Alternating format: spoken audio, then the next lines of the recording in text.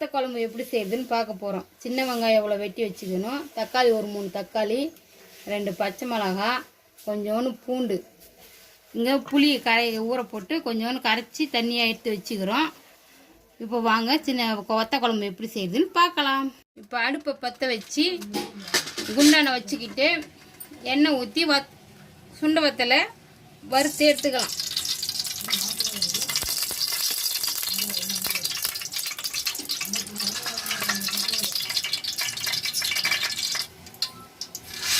சுண்டவத்தில் போட்டு நல்லா பொன் வறுவலை வறுத்து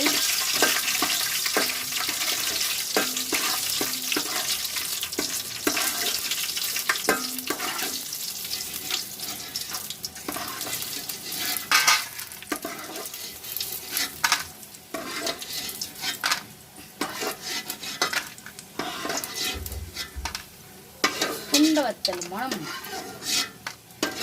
செமையாகுது. இப்போ அதே எண்ணெயில் கடுகு, 2 வெந்தயம் போட்டுட்டு நம்ம அறுத்து வச்சுருக்கிற சின்ன வெங்காயத்தையும் போட்டு அந்த பூண்டையும் போட்டுடணும். போட்டு நல்லா வதக்கிக்கலாம். பூண்டு, பச்சை மிளகாய் எல்லாத்தையும் போட்டு நல்லா வதக்கலாம். தக்காளி மட்டும் கொஞ்சம் வெங்காயம் வதங்கினதுக்கப்புறம் போடணும்.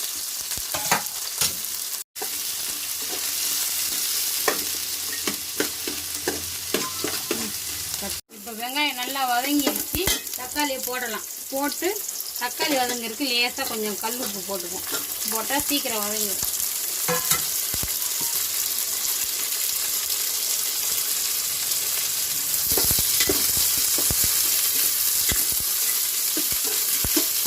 இப்போ பாருங்கள் தக்காளி நல்லா எந்த அளவுக்கு நல்லா வதங்கிடுச்சு. இப்போ நம்ம புளி தண்ணியில் 2 ஸ்பூன் மிளகாத்தூள் போட்டு அதில் ஊற்றிட வேண்டியதான். ஊற்றிட்டு குழம்பு கொதிக்கவும் சுண்ட வத்தலை போட்டு இறக்கிடணும். நல்லா குழம்பு கொதிக்கவும் இறக்கிடணும். புளி தண்ணியில் மிளகாத்தூளை போட்டு கரைச்சி ஊற்ற போகிறேன்.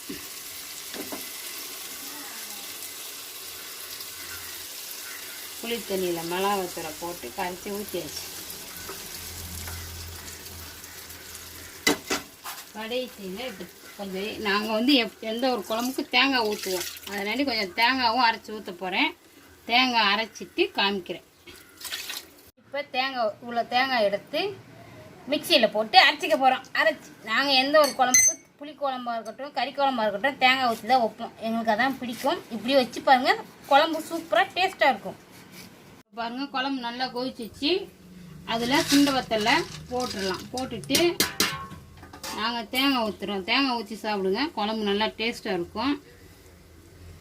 தேங்காய் ஊற்றிட்டு கொஞ்சம் நல்லெண்ணெய் ஊற்றிட்டோம்னா வத்த குழம்பு ரெடி. தேங்காய் ஊற்றியாச்சு. இப்போ குழம்புக்கு தேவையான உப்பு, தக்காளி வதங்கத்தில் கொஞ்சம் போட்டோமா, இப்போ கொஞ்சம் போட்டு நல்லெண்ணெய் ஊற்றிடலாம். ஒரு கரண்டியில் ஊற்றி இவ்வளோ ஊற்று. இப்போ வத்த குழம்பு ரெடி. குழம்பு கொதிக்கவும் இறக்கி வச்சிட வேண்டியதான். அவ்வளோதான். 10 நிமிஷத்தில் எல்லா பொருளும் ரெடியாக இருந்தால் ஈஸியாக வத்த குழம்பு செஞ்சிடலாம். குழம்பு பாருங்கள் இப்போ நல்லா வந்துச்சு. தேங்காய் ஊற்றி வச்சுக்கிறோம். குழம்பு பாருங்கள் சூப்பராக இருக்குதுன்னு.